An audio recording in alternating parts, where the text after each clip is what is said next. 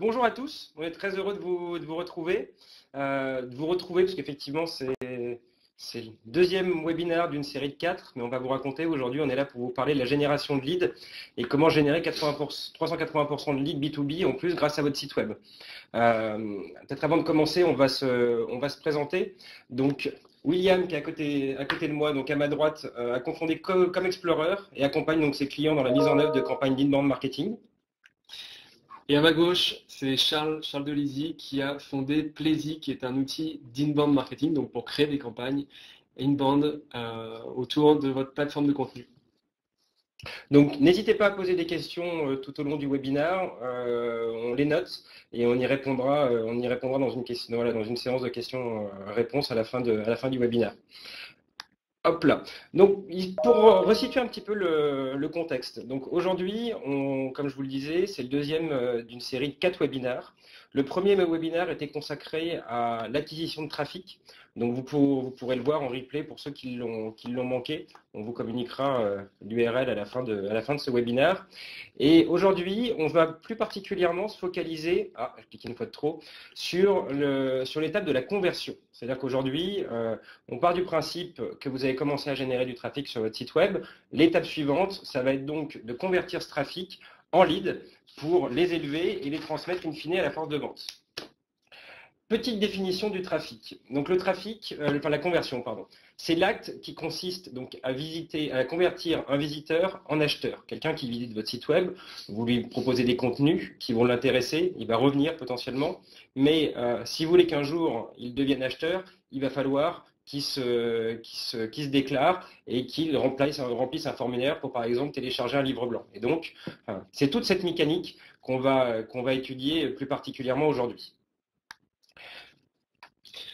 En fait, quand est-ce qu'on parle de conversion? On parle de conversion quand un visiteur se transforme en opportunité commerciale, en lead, et lorsqu'un lead se transforme en client. Et jusque-là, en fait, quand on parle de génération de lead, on a tous vécu ce genre de situation où le site internet ne génère pas assez de contacts, lorsque les contacts qui viennent, qui font des demandes à travers les formulaires du site ne sont pas forcément qualifiés. On sait également que le cold calling devient de plus en plus difficile. Les gens n'ont pas envie d'être sollicités au téléphone. Et donc voilà, pour toutes ces raisons, l'inbound marketing est une véritable opportunité. Et ce qu'on va voir aujourd'hui, c'est la façon dont vous allez transformer votre site internet pour en faire le meilleur commercial de la boîte, le meilleur commercial de la force de vente.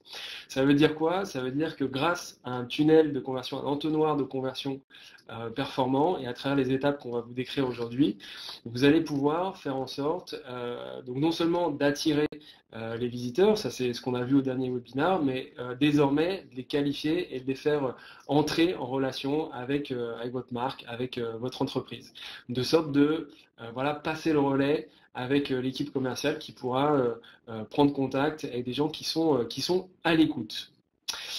Et simplement pour illustrer ce webinaire, en fait, on est parti d'un constat, c'est que sur le dernier trimestre, on a eu une progression de plus 377% exactement, d'où le titre du webinaire plus 380%. On a eu une progression du nombre de conversions. Ça veut dire que sur le site de Comexplorer, avec les tactiques qu'on va vous énumérer dans ce webinaire, on a pu augmenter significativement le nombre de personnes qui visitaient notre site internet et qui transformaient et qui se qualifiaient, donc qui laissaient leurs coordonnées sur le site internet. Donc voilà, et tout ce que je vous souhaite, c'est d'atteindre à votre tour des progressions aussi impressionnantes.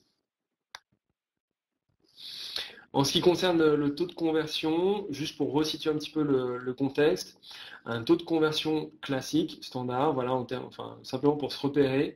Dans le marché B2C, c'est de l'ordre de 3%. Ça signifie qu'il y a 3% du trafic d'un site internet B2C en moyenne qui convertit en clients, alors que dans le B2B, on est sur des ordres de grandeur un peu plus élevés, de l'ordre de 10%. Pourquoi? Parce que tout simplement, les comportements d'achat en B2C sont beaucoup plus volatiles, beaucoup plus instantanés et en fait, la relation est beaucoup moins engageante. Alors qu'en B2B, on le sait très bien, les cycles de vente sont généralement plus longs, l'engagement est généralement plus long, c'est sur des cibles aussi plus restreintes, ce qui fait que le taux de conversion d'un site est généralement plus élevé en B2B. Alors pourquoi la conversion est-elle si importante? Ce qui est important dans la conversion, c'est que c'est grâce à elle que vous obtenez des leads. Ça veut dire quoi? Ça veut dire qu'on va passer d'un visiteur, d'une personne que vous ne connaissez pas, d'un identifiant sur votre site internet, que vous avez pu mesurer notamment grâce à des outils comme Google Analytics qui vous ont dit qu'une personne était passée ou que 100 personnes étaient passées ce jour-ci, cette semaine. Et donc de ce visiteur que vous ne connaissez pas, désormais, vous allez pouvoir le transformer en lead. Un lead, c'est quoi? Un lead, c'est une opportunité commerciale. Plus concrètement, c'est une personne réelle. C'est une personne que vous allez savoir recontacter. Donc, on parle de lead dès lors que vous avez une adresse email, un numéro de téléphone, un nom, un prénom, toute information qui vous permettra de reprendre contact derrière avec cette personne. Et donc, in fine, de pouvoir transformer ce contact en client au bout du tunnel. Alors, comment on s'y prend? Donc c'est la première question à laquelle nous allons répondre. La logique finalement est relativement simple. Vous avez généré du trafic, comme on l'a vu dans le webinaire précédent, avec vos articles de blog. Donc vous avez des gens qui viennent régulièrement, votre trafic augmente. L'étape suivante, donc, ça va être de placer sur votre site web, sur votre blog, des boutons d'action, qu'on appelle généralement des call to action ou CTA, qui vont justement inciter le visiteur à aller plus loin dans sa relation avec vous et à télécharger, par exemple, un livre blanc. Et donc, traditionnellement, lorsque l'on clique sur un bouton d'action, on arrive sur une landing page qui va être dédiée à justement au contenu que vous souhaitez mettre en valeur. Et donc, la personne va renseigner ses coordonnées, son nom, son prénom, son adresse email, le nom de sa société, par exemple, en l'échange de ce livre blanc. Et à partir du moment où il a donc soumis son formulaire, l'étape suivante, c'est la page de remerciement. Et vous verrez tout à l'heure que c'est une page dans laquelle il peut y avoir beaucoup d'informations intéressantes. Là, un exemple donc d'un article de blog. Vous voyez, des call to action, on verra tout à l'heure où est-ce qu'il faut les placer sur un site, mais un exemple ici, c'est à la fin d'un article de blog, vous avez donc créé une relation de confiance avec votre lecteur, il a vu que dans l'article de blog, vous aviez des choses intéressantes à raconter.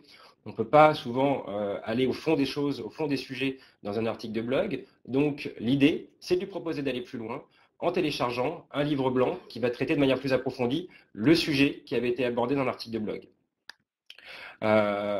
Donc, lorsqu'il clique sur ce call to action, il arrive sur une landing page. Donc, vous voyez, une landing page, c'est quelque chose d'assez épuré.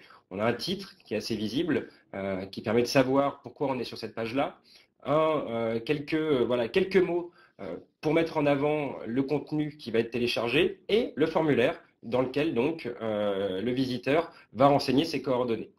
Et l'étape suivante, donc, c'est la page de remerciement. Vous voyez, au niveau de cette page de remerciement, on va proposer au visiteur de télécharger son livre blanc.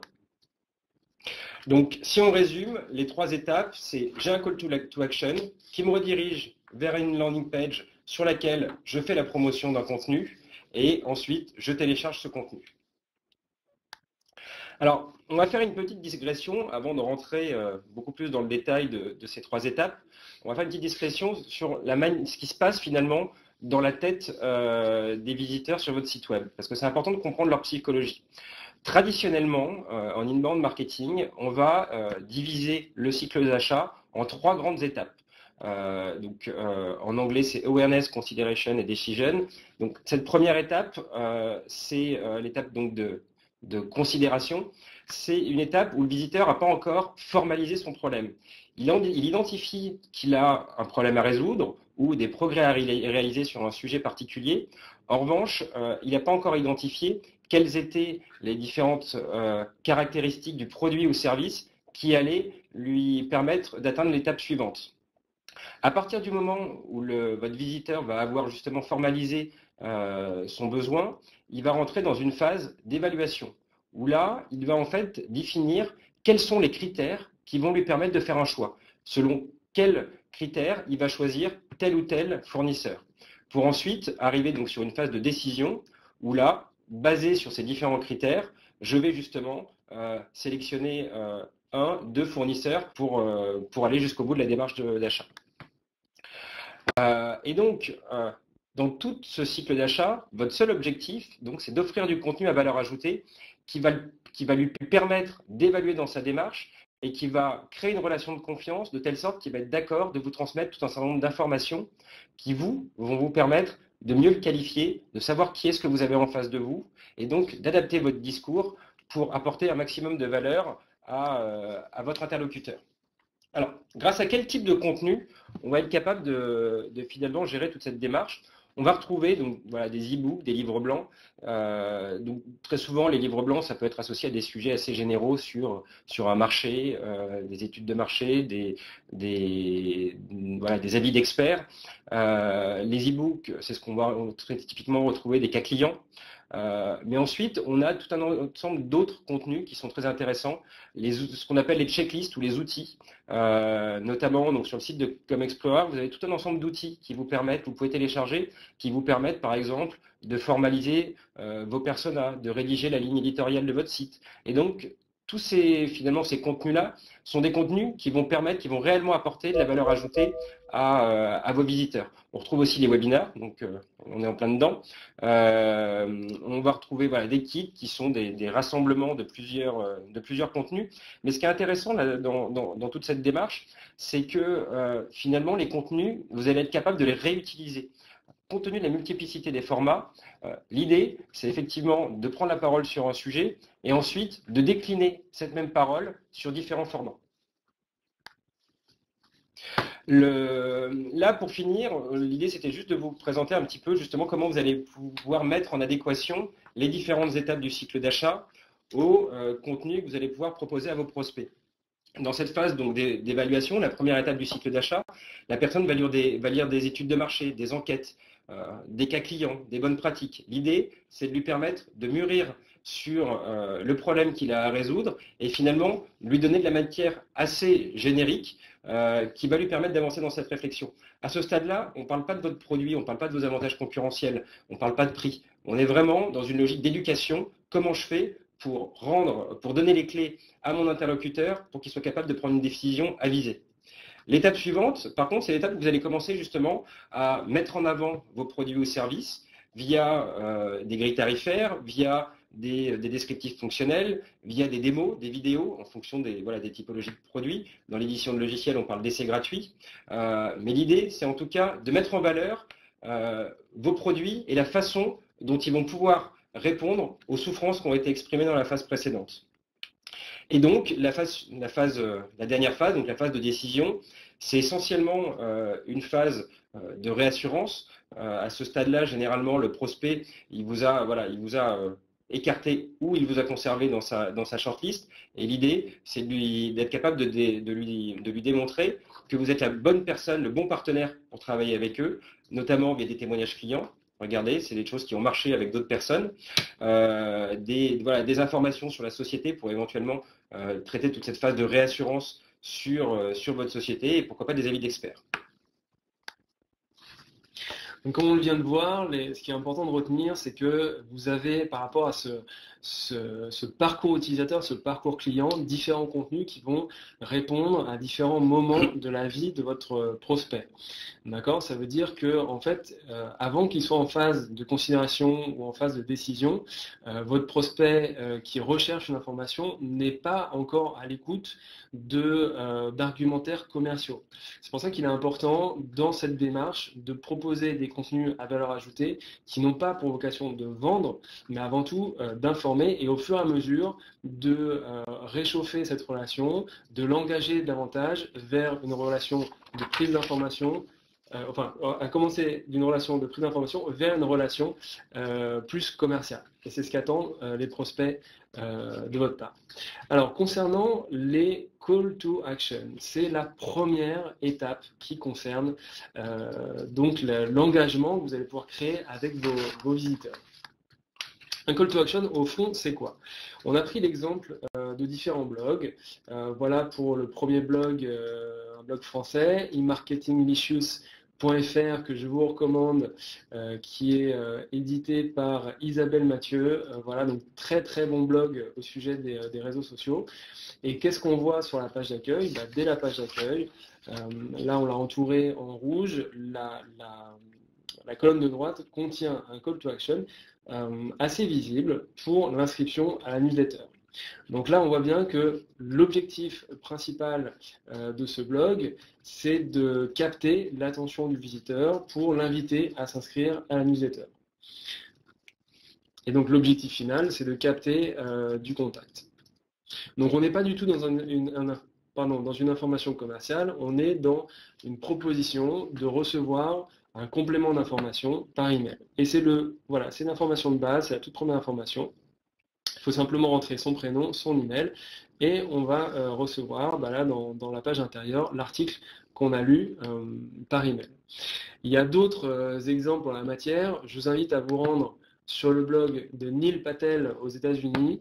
Neil Patel, c'est l'as en la matière. Pour le coup, on va trouver énormément de call to action sur son site, mais ce qui est véritablement bien vu de sa part et de la part de son équipe, c'est que l'ensemble de ces call to action sont intégrés à la navigation. C'est-à-dire qu'on va les trouver de façon assez naturelle sur le site internet, et ça ne va pas gêner finalement le parcours utilisateur lorsqu'il va naviguer sur le site. Et de la manière dont c'est fait, là on se trouve sur la page d'accueil du blog, et ce qu'on peut voir, c'est que le premier bandeau du haut est une première proposition de s'inscrire à la newsletter et d'en savoir plus sur les services qu'offre Neil Patel, puisque Neil Patel est un consultant. Et en fait, en réalité, dans la partie du dessous, donc ce sont les articles de blog, mais le premier article n'est pas véritablement un article. En fait, c'est aussi un call to action pour découvrir un webinar qui propose d'en savoir plus sur ces services. Et à gauche, en fait, ce qu'on a entouré, on voit Neil en pyjama, c'est finalement une petite pop-up qui s'ouvre sur le côté pour attirer l'attention. Tout à l'heure, on va vous montrer des outils qui vous permettent de faire exactement le même genre de pop-up. À l'intérieur des articles de blog, on retrouve des call to action assez aguicheurs. C'est aussi la marque de fabrique de Neil Patel. Ici, il met en avant une Playmate qui a gagné certains concours pour dire comment il aide tout type de personnes, les entreprises comme les particuliers, à améliorer leur marketing.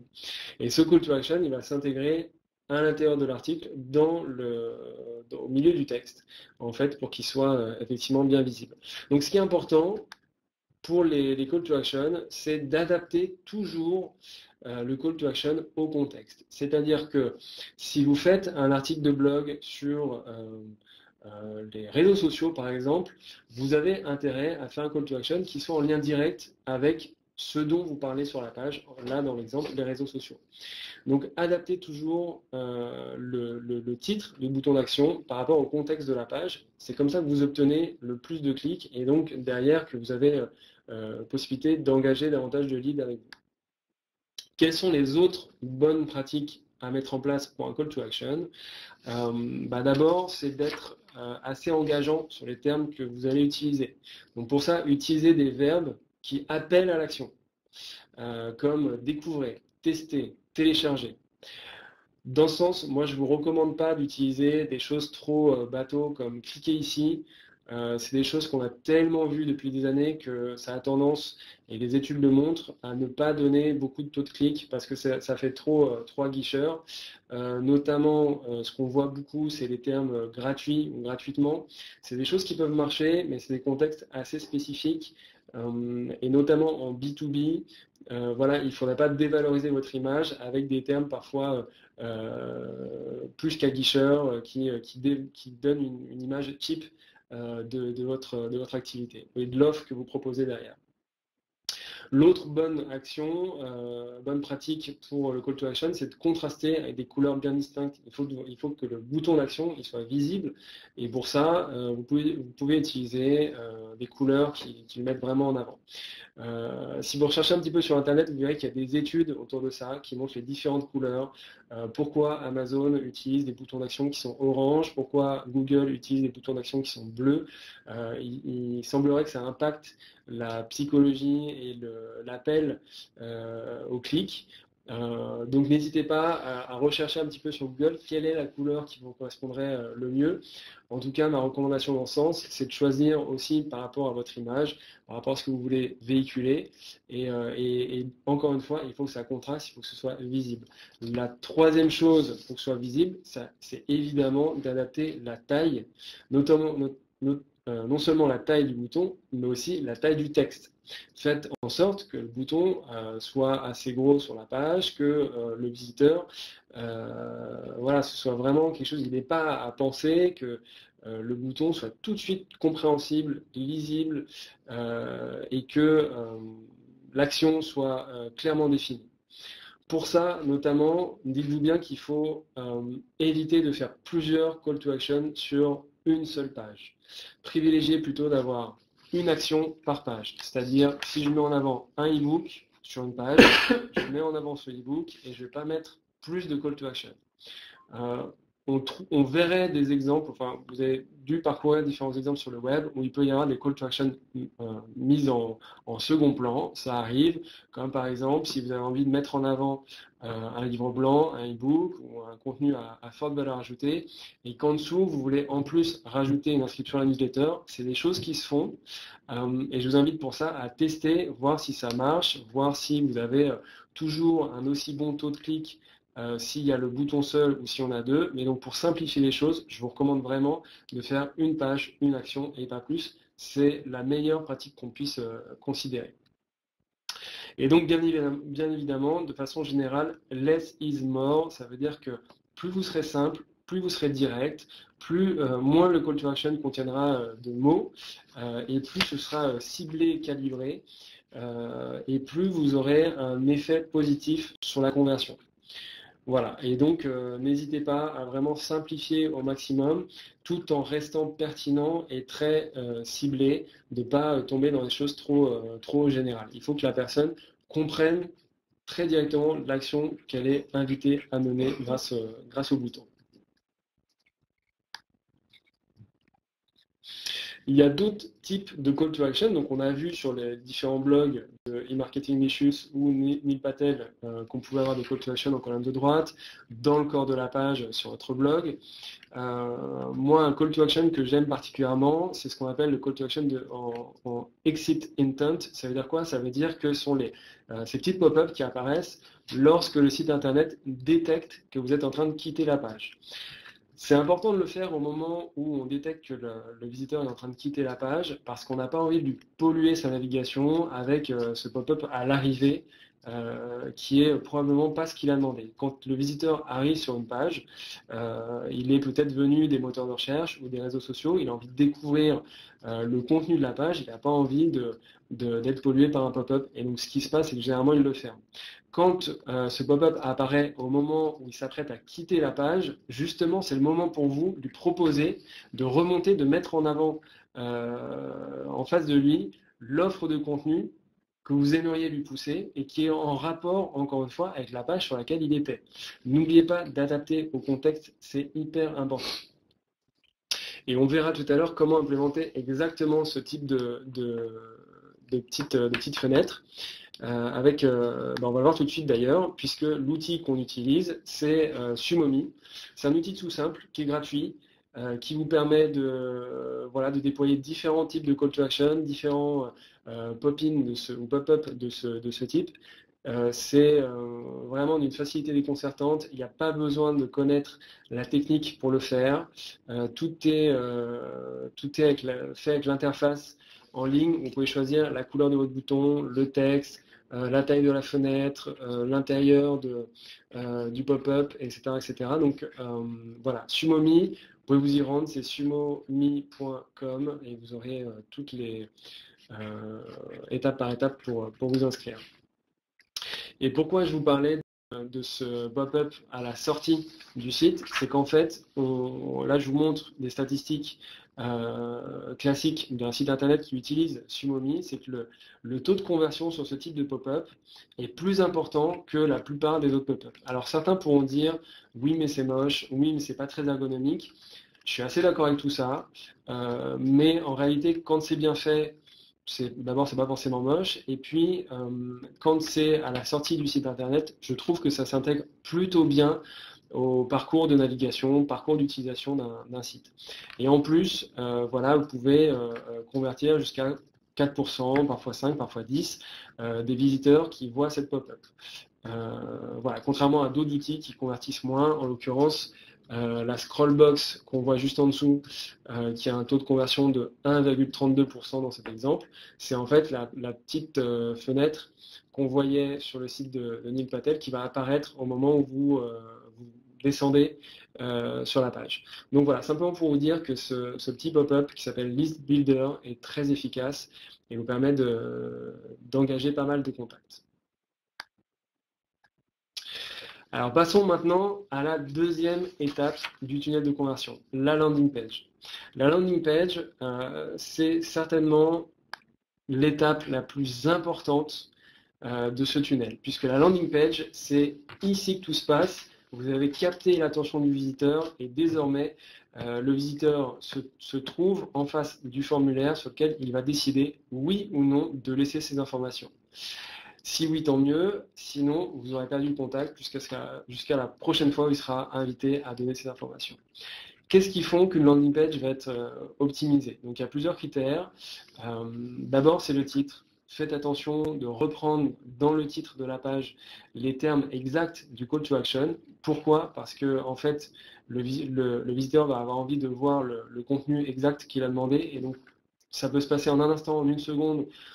S'il voit qu'il n'y a pas de lien, s'il voit que ce n'est pas les mêmes termes, qu'il se dit ah bah non, c'est pas ce que j'ai demandé et qu'il quitte la page, même sur une erreur de compréhension.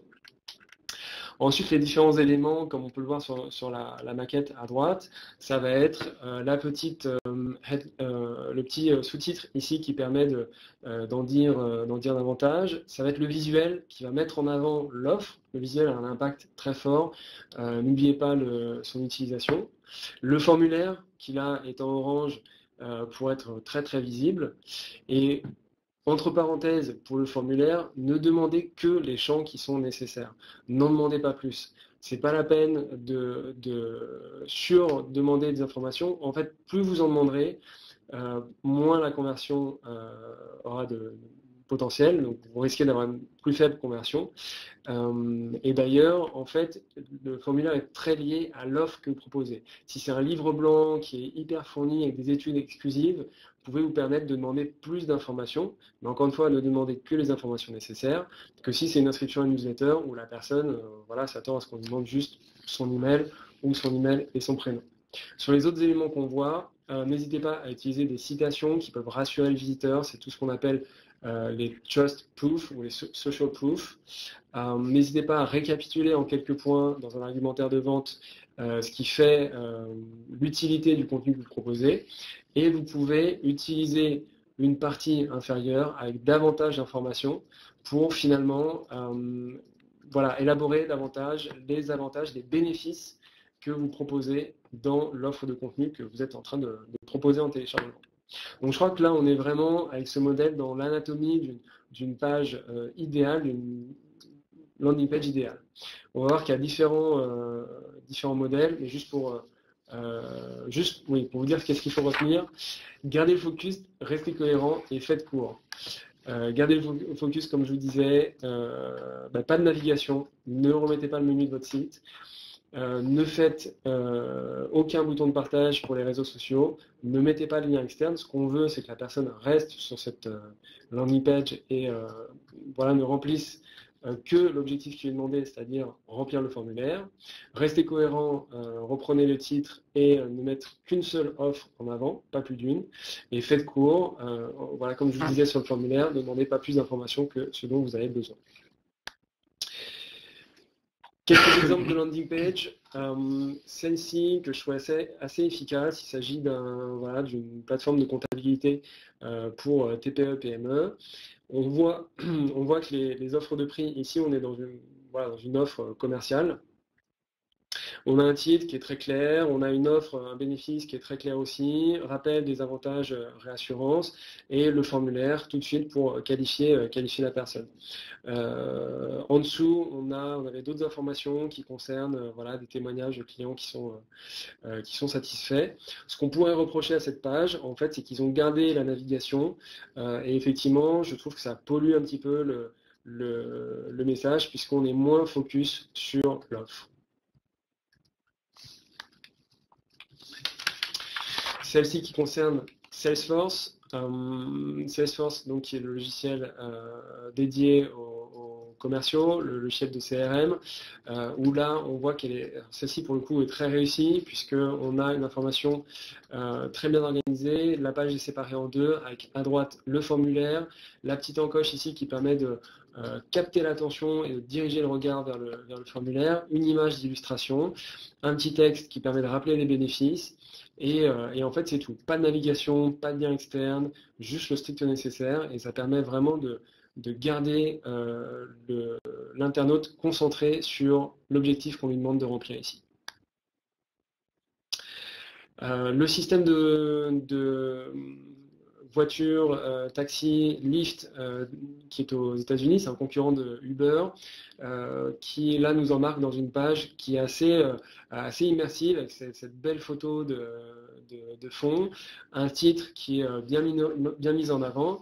Et si vous vous rendez sur cette page, sur Internet, en fait, ils ont tout un argumentaire en dessous qui permet de savoir pourquoi on fait bien de s'inscrire à Lyft en tant que conducteur.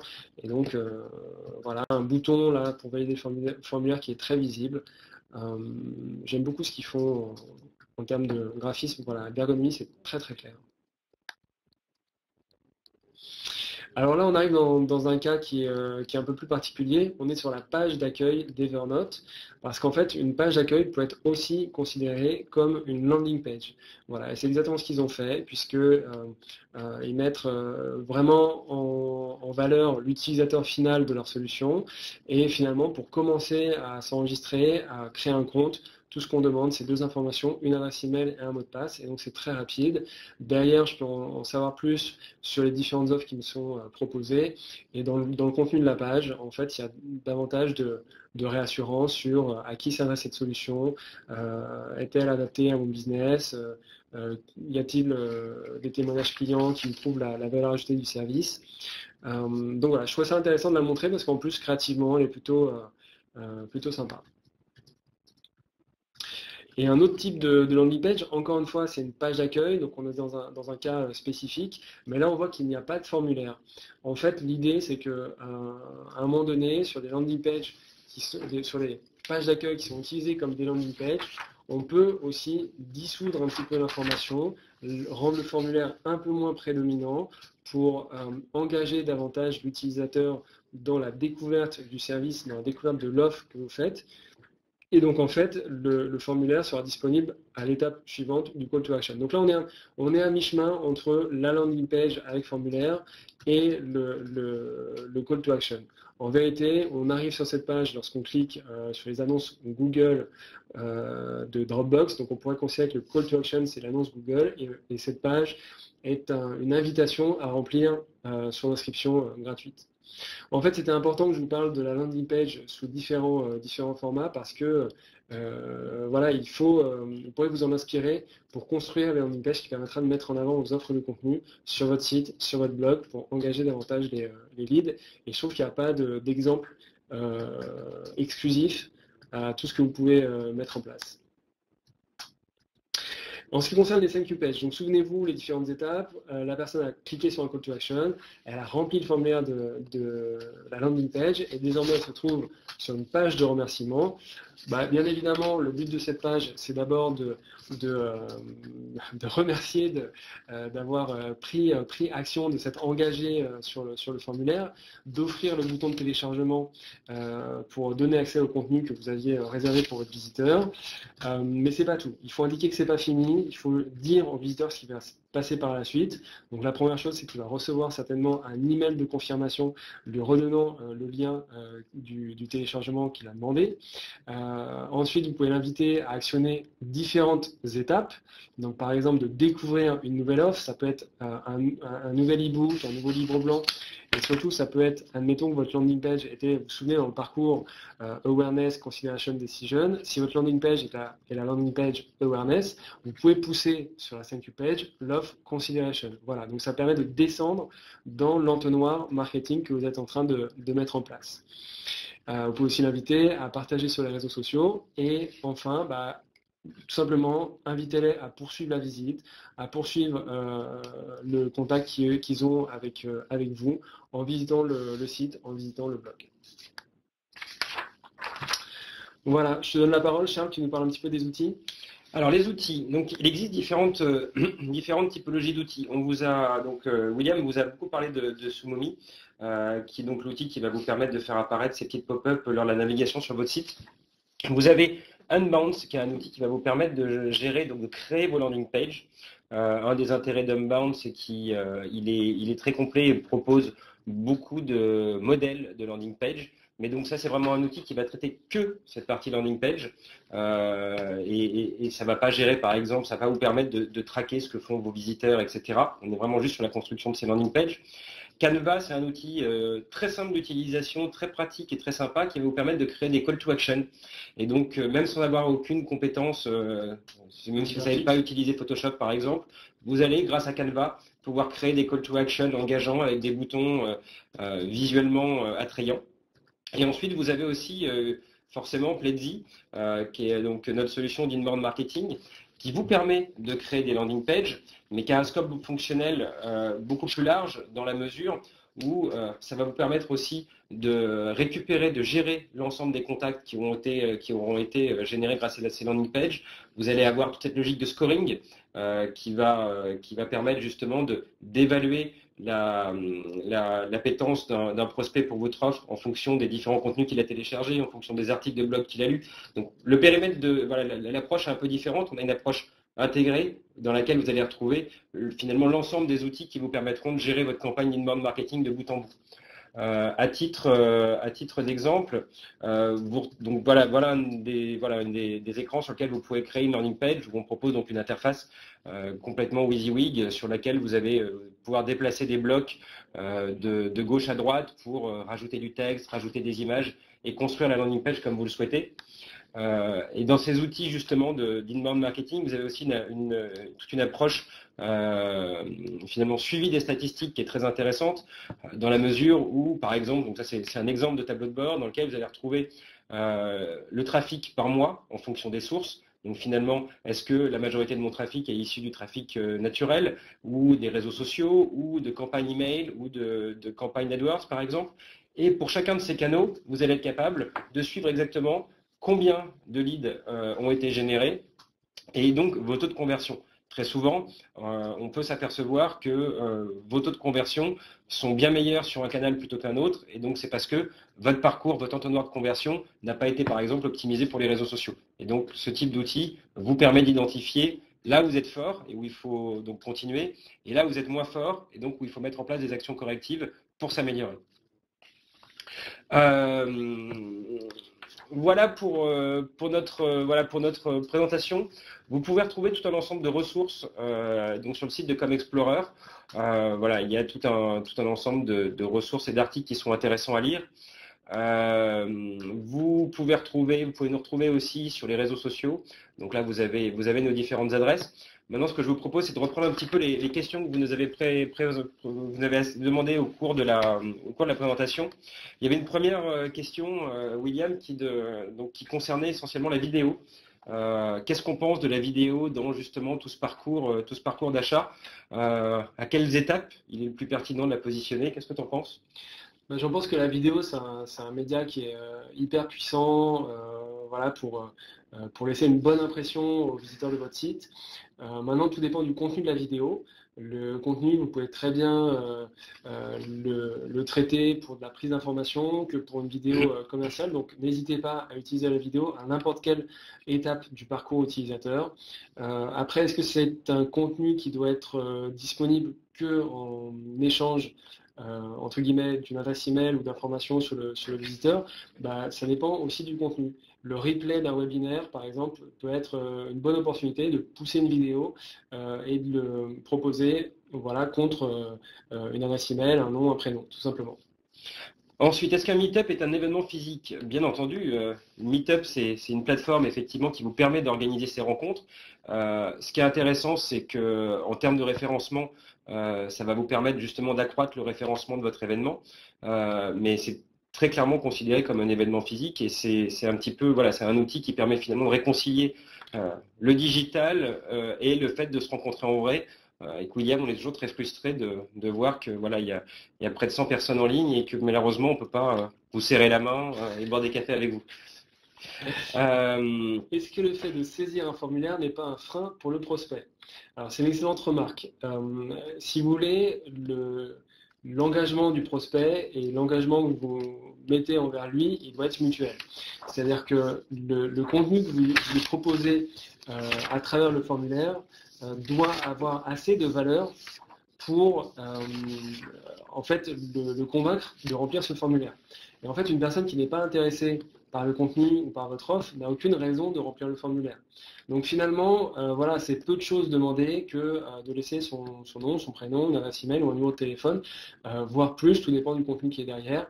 Parce que finalement, c'est ce qui se passerait dans une relation normale. C'est qu'en fait, si j'ai envie d'acheter votre service, à un moment donné, il faudra que vous connaissiez mon nom, mon prénom, mon numéro de téléphone et le reste des informations nécessaires pour remplir un bon de commande, une offre commerciale, une demande de devis, etc. Donc le formulaire, non, c'est pas un frein, c'est juste un outil de qualification qui est tout simplement la fenêtre numérique, digitale, qui existe dans les relations de la vie réelle, entre guillemets. Il y avait une question un petit peu après qui disait est-ce que le formulaire précédent n'est pas trop lourd? Je pense qu'il s'agissait du formulaire sur les experts comptables. Là-dessus, effectivement, c'était un formulaire où il y avait énormément de champs à remplir. En revanche, ce qu'il faut considérer, c'est que là, c'était plutôt une demande de devis.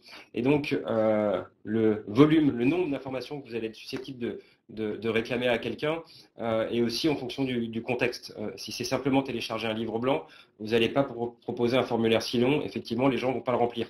En revanche, si c'est pour permettre à l'entreprise de vous faire un devis personnalisé, il va être d'accord de donner autant d'informations.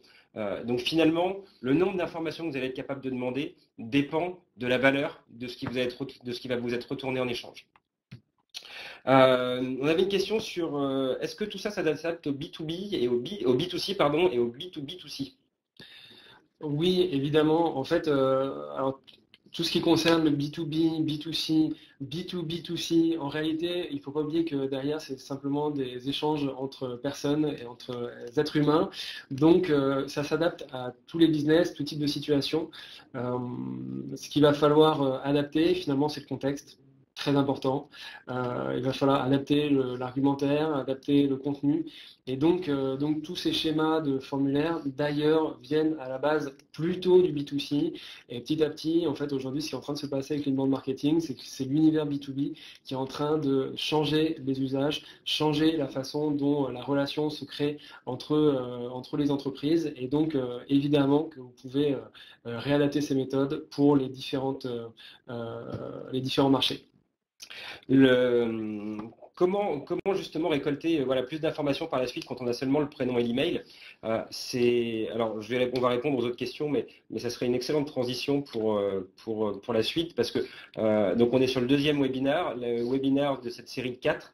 Au mois de février, on organise donc le troisième webinaire qui sera axé sur le marketing automation et finalement comment faire pour, grâce aux outils modernes, transformer un suspect dont vous n'avez que l'adresse email en prospect qualifié.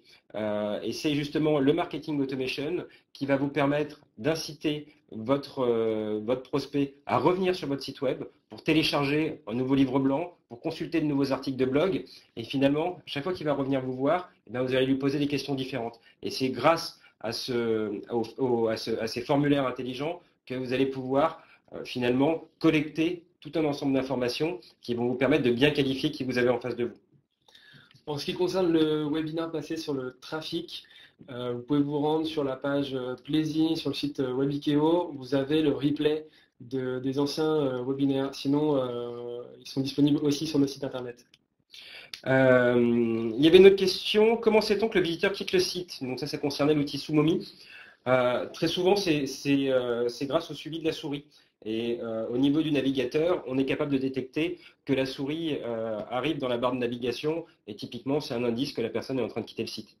Donc ces outils-là sont très bien faits, mais ça, c'est pas du tout à vous de gérer cette partie-là. Sumomi vous permet de traiter tout ça. Je crois qu'on a fait à peu près le tour des questions. Et puis, le webinaire touche à sa fin. On est ponctuel. Hein. Écoute, je suis assez fier de nous. Minutes, top chrono. Merci beaucoup.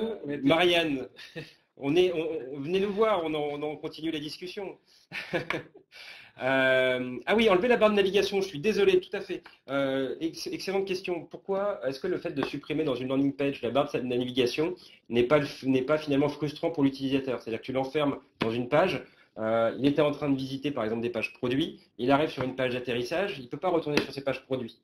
En fait, si, c'est-à-dire que tout le monde dispose sur le navigateur du bouton page précédente. Donc en fait, ça ne crée pas du tout de frustration.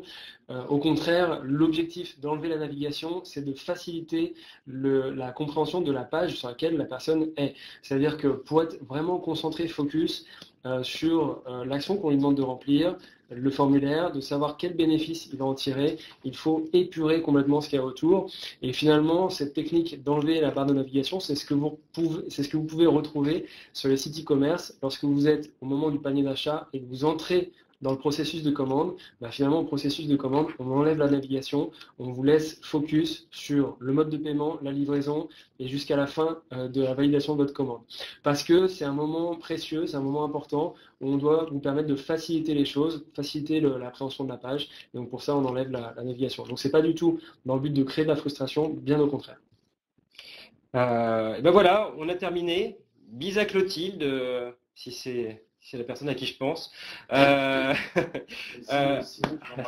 Sinon, j'embrasse Clotilde quand même. Mais donc on vous envoie donc un lien vers le webinaire précédent, comme ça a été demandé plusieurs fois. On vous envoie un lien vers le replay de ce webinaire, la présentation, et on vous indiquera aussi donc la date de notre prochain rendez-vous.